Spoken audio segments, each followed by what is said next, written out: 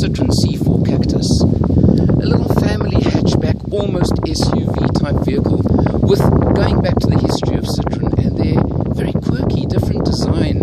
And you'll see on the doors, I'll show you exactly what those are in a moment. This is the top of the range Shine version, so you do have the larger mag wheels and a lot of extra features that you'll see inside the vehicle as well.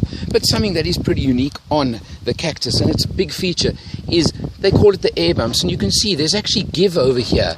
So for those little parking area dings and dents and incidents that can happen, well, you are protected. And you have exactly the same effect on the rear bumper as well.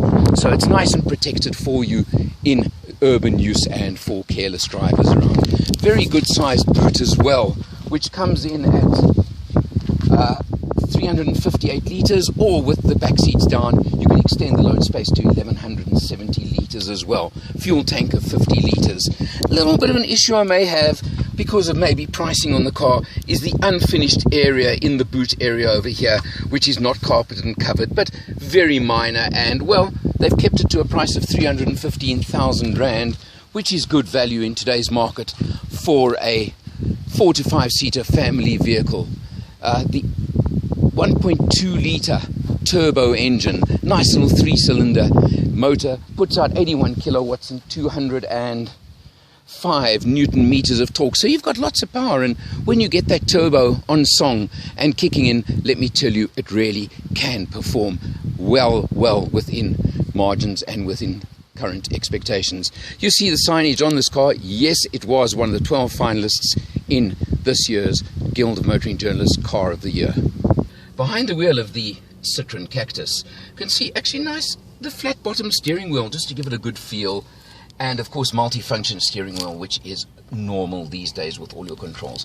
Something different on the Citroen is, if you look at the dashboard, very plain, very simple. It has your speed readout, it has the distance and fuel on the bar at the bottom over there, and the only other instrument that you see on the dashboard is a gear shift indicator that will come on where I'm pointing right now when you want to shift up gears. Everything else on your instrumentation and your controls is right here on this really nice prominent touch screen in the center. At the moment you can see it's on the air conditioning and ventilation. I press one button, it changes to your fuel economy, your distance traveled, etc. You can see I still have 160 kilometers in the tank.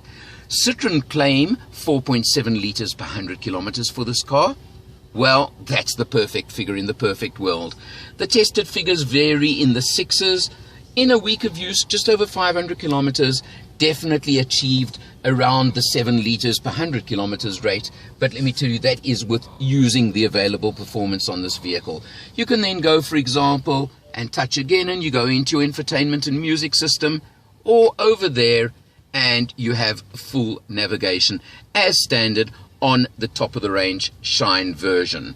Now, the neat little touch I found was an area over here that just happens to take my cell phone perfectly. Holds it there nice and carefully. You do have Bluetooth, of course, but it's a great spot just to store your phone. And then you have a nice, very convenient armrest over here.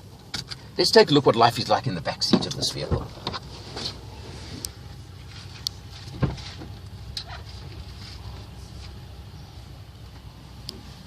Moving into the back of the Cactus, you can see there's reasonable headroom. I don't have my hat on because it's on the front bonnet of the car, but decent headroom and legroom in abundance for myself with my seat set. 2 to 3 in the back seat, very comfortable. It's a nice, smaller family vehicle. A B to C segment SUV type hatchback, I would classify it. So again, price-wise, it's coming in very much in the ballpark. Overall, this is the top of the range model. It's got lots of extras. It's got a lot of the features you do want, and it's certainly a very smooth and comfortable ride.